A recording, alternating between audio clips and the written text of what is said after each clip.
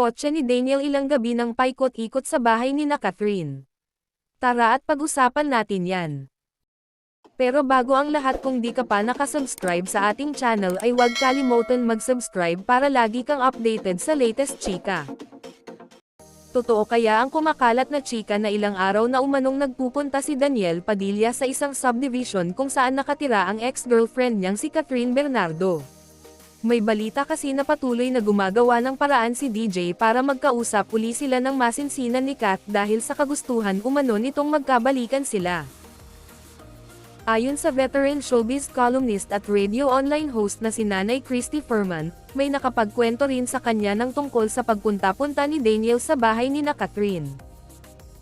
Ilang gabi na raw po nitong nakaraang linggo na nakikita ang sasakyan ni Daniel Padilla na paikot-ikot sa subdivision kung saan nakatira ang mga Bernardo, sina Catherine, pambubuking ni Nanay Christy sa aktor sa nakaraang episode ng programa niyang, Showbiz Now na.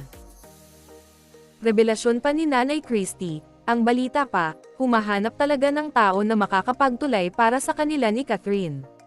Ngunit sabi ng batikang manunulat at TV host, maaari naman daw Idnay, kumpirmahin o dedmayan na lang nina Daniel at Catherine ang nasabing chika na nakarating sa kanya.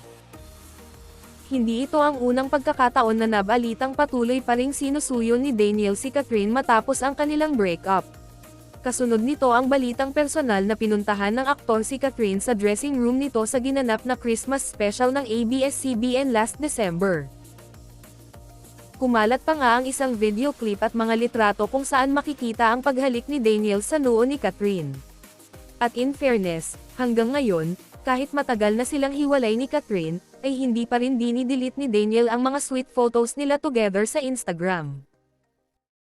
Anong masasabi nyo sa ating chismis ngayon? Mag-comment na at subscribe para updated ka sa latest chika na gaya nito. Maraming salamat po.